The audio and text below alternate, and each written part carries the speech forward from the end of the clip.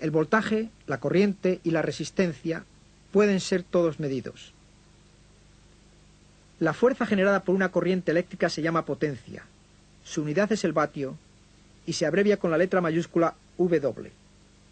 La potencia de un circuito total se puede calcular por medio de la corriente multiplicada por el voltaje. En la electricidad, las unidades pueden ir de miles de millones a una trillonésima. Para evitar escribir tantos ceros antes o después de la coma decimal, se han establecido abreviaturas para las unidades de medida que van desde giga, un billón, hasta pico, o sea, una trillonésima. Por ejemplo, un megomio es 1.000.000 de ohmios, y se abrevia simplemente como 1 m omega. Kilo quiere decir 1000. Así, 20 kV quiere decir 20 kilovoltios o 20.000 voltios. Mili quiere decir una milésima. 25 MV es la expresión para 25 milésimas de voltio. La letra griega mu quiere decir micro, como en 15 mu A, 15 microamperios, 15 millonésimas de amperio. Y la letra N representa el prefijo nano, una billonésima. Finalmente tenemos la letra P para pico, una trillonésima. Para medir estos valores usamos aparatos medidores, el voltímetro, el amperímetro y el ohmímetro. Hoy estos tres medidores se encuentran combinados en un solo instrumento, el multímetro. Hay dos tipos de multímetros, el multímetro análogo y el multímetro digital. Cuando se usa el multímetro para medir el potencial de voltaje, se conecta en paralelo al circuito que se va a probar. Esto quiere decir que se coloca a través de un aparato y no en serie con el aparato. Las unidades que se leen son voltios y milivoltios. Para medir el flujo de la corriente usamos la función de amperímetro del multímetro. Se conecta en serie con el aparato, lo cual quiere decir que el circuito que se está probando debe abrirse y el amperímetro debe colocarse entre los dos puntos abiertos. De esta forma, todo el flujo de corriente queda forzado a pasar por el amperímetro. En forma similar a la puerta giratoria de algunos museos, el amperímetro mantiene una cuenta exacta. Las unidades que se leen van de amperios a miliamperios. Para medir la resistencia usamos la función del ohmímetro y colocamos el medidor a través del aparato. En esta función, el multímetro se conecta únicamente a los circuitos que tienen un voltaje potencial o de batería de 0.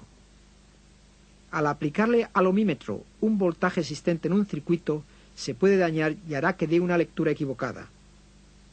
Además, debe uno asegurarse de que el circuito esté abierto para eliminar la posibilidad de cargas paralelas. Normalmente la unidad a medir se desconecta de su fuente de energía. El ohmímetro suministra su propia energía para medir la resistencia en ohmios, kiloohmios o megohmios.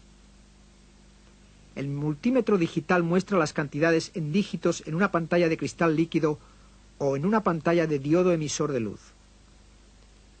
Al trabajar con circuitos que tienen un flujo de corriente muy pequeño, el medidor puede tener un impacto significativo en la corriente del circuito. La precisión de la medición puede ser dudosa y un medidor de baja calidad puede incluso dañar un circuito electrónico. Cuando se usa el multímetro en su función de voltímetro, saca algo de la corriente del circuito a fin de poder funcionar. Si su resistencia es baja, toma una parte significativa de corriente. Si su resistencia interna es alta, el efecto en el circuito será mínimo. Cuanto mayor sea la resistencia interna del multímetro, menor será la corriente que toma del circuito. Un medidor análogo viejo o barato tiene una resistencia típica de 1000 ohmios por voltio. Un medidor análogo de buena calidad tiene una resistencia interna típica de 20.000 ohmios por voltio. La resistencia interna más alta y por tanto el menor efecto posible en un circuito la ofrecen los multímetros digitales de alta calidad, con una resistencia interna de 10 millones o incluso más ohmios por voltio. La lectura digital también ofrece más precisión en las medidas que la de un medidor análogo. Además de eliminar la posibilidad de lecturas erróneas, que suele darse al mirar en ángulo la escala de un medidor análogo. Hasta ahora hemos mencionado la palabra resistencia con cierta frecuencia.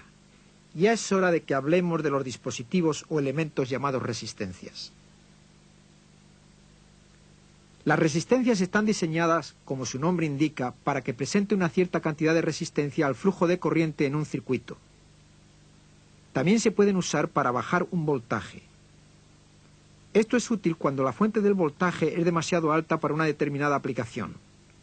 En vez de cambiar la fuente de voltaje por una fuente de menor voltaje, es mucho más conveniente usar una resistencia.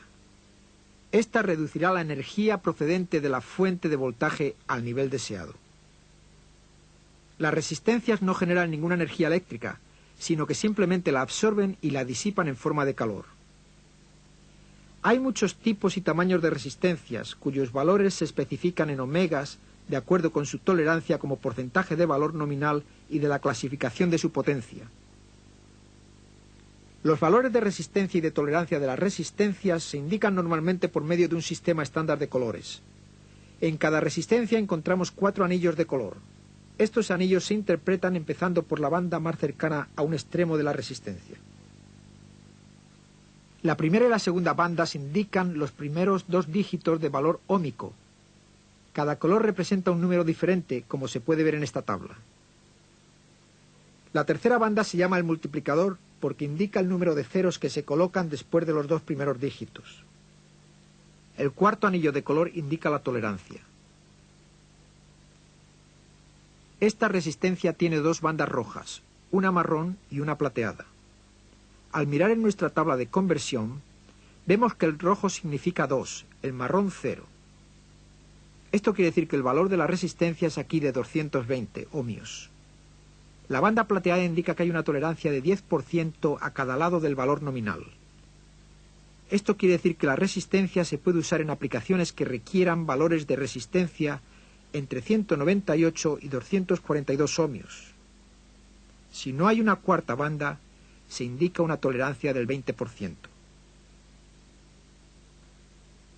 En general, las resistencias con una tolerancia del 10% son adecuadas para el uso de circuitos promedio. Para trabajos más críticos, tales como circuitos de radio, se prefieren las resistencias de una tolerancia del 5%. Esta tolerancia se indica por medio de una banda dorada en la cuarta banda. En general, no se requieren tolerancias menores, excepto para circuitos muy críticos. Como regla, cuando usted tenga que reemplazar una resistencia, debe hacerlo con una de la misma tolerancia. Nunca use una resistencia de mayor tolerancia, ya que creará una operación inapropiada del circuito. Finalmente, podemos estimar la clasificación de potencia de una resistencia por su tamaño físico. Los tamaños físicos van de 4 milímetros de largo por 1 milímetro de diámetro hasta de unos 50 milímetros de largo por 6 milímetros de diámetro o más. El primero tendrá aproximadamente una clasificación de potencia de aproximadamente 1/20 de vatio y el segundo posiblemente de 10 vatios. Es importante que se usen las resistencias de la clasificación de potencia o vataje correcta. El vataje es la cantidad de calor que la resistencia puede aguantar y disipar. Puesto que las resistencias limitan el flujo de la electricidad, la fricción eléctrica produce acumulación de calor dentro del componente.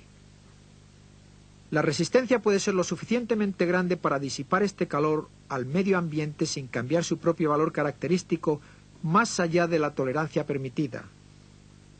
Lo mejor es que la resistencia opere bastante por debajo de su clasificación de potencia, en especial si los componentes son numerosos en el circuito o si hay poca o mínima ventilación.